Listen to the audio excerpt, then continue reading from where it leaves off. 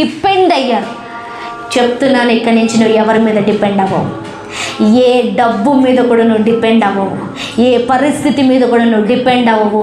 నువ్వు యేసయ్య మీద మాత్రమే డిపెండ్ అవ్వబోతున్నావు.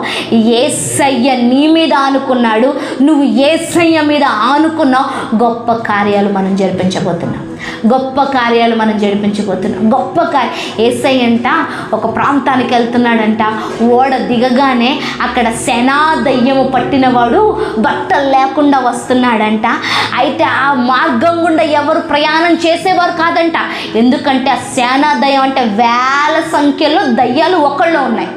ఆ వేల సంఖ్యలో ఉన్న దయ్యాన్ని పట్టినవాడు మార్గం గుండా వెళ్ళాలంటే అందరికి వణుకు. అట్లాంటిది ఆ మార్గంలో యేసయ్య వచ్చాడు. ఆ దయ్యం పట్టినోడు అంటున్నాడు, సర్వశక్తి కలిగిన వాడా, ఇక్కడ నీకేం పని, ఇక్కడికి ఎందుకు వస్తున్నావు, నన్ను శిక్షించొద్దు, నా ఇంకా సమయం రాలేదు కదా, సమయం రాలేదని